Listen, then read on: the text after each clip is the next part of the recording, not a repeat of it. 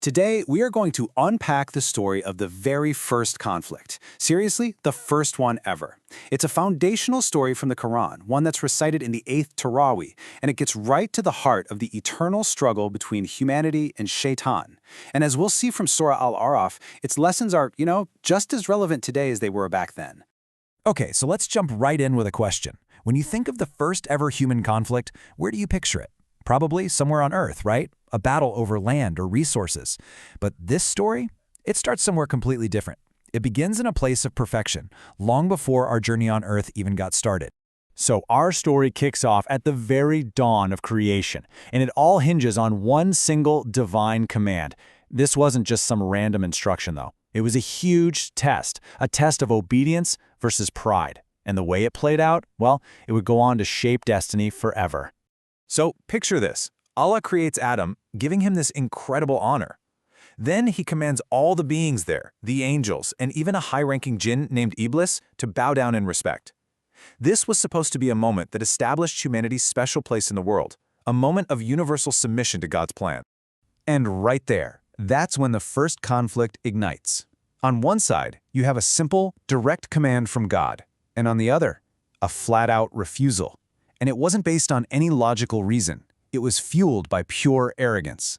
Iblis thought he was better, and with that one act of defiance, he basically declared himself an enemy, kicking off a conflict that would last for all time. But here's the thing, this initial act of disobedience wasn't just a one-off outburst. Oh no. It quickly spiraled into a vengeful, carefully planned attack against the very creation he felt had wronged him. Us, humanity. So, after being thrown out from his high station, Iblis makes this solemn vow. He promises to dedicate his entire existence to leading Adam's children astray. His very first targets, Adam and his wife Hawa, or Eve, in the peaceful garden of paradise. And he didn't use force. He used whispers, deception, tempting them to break the one and only rule they had. And you know what? The deception worked. Their one slip-up, brought on by Satan's trickery, led to them being removed from the garden. But this wasn't just a punishment. It was really the start of a whole new chapter, the beginning of the human story on Earth, with all its challenges, its struggles, and, importantly, its potential for redemption. But the story doesn't just end in failure. Not at all. In fact, this is where we see one of the most powerful and hopeful lessons for every single one of us. It's that pivot from making a mistake to receiving mercy, from a fall to forgiveness. Just listen to these words. They are so powerful. And what's really amazing is that Allah Himself taught this prayer to Adam and Eve. It's the perfect model of humility and taking responsibility.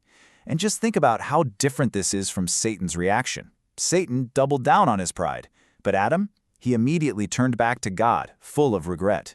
In this contrast, it's everything. The story is teaching us that making a mistake isn't the end of the world.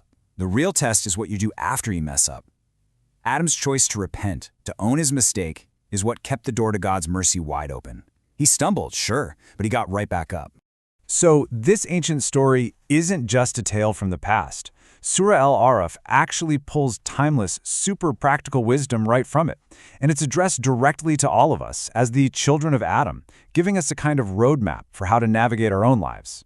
So the Quran lays out 4 key pieces of advice here. First, sure, physical clothes matter, but the absolute best thing you can wear is taqwa, that deep consciousness of God that guides how you act. Second, a huge warning. Always be aware of Satan. He's the same clear enemy who tricked your original parents. Third, a lesson in balance. Go ahead and enjoy life's blessings, like nice clothes and good food, but never ever go overboard. And finally, the ultimate safeguard. Follow the guidance that God sends through His messengers. All right, let's tie all these threads together now. This story of Adam and Iblis isn't just something that happened a long time ago. It's the very blueprint for our present. It explains that constant push and pull we all feel inside between doing the right thing and being led astray.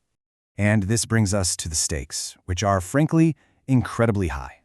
Our day-to-day choices, our awareness of God, that inner struggle against our own worst impulses, it all matters. The bottom line here is that choosing to forget God in this life has some pretty serious eternal consequences. It means risking being forgotten by His mercy on the very day we'll need it the most.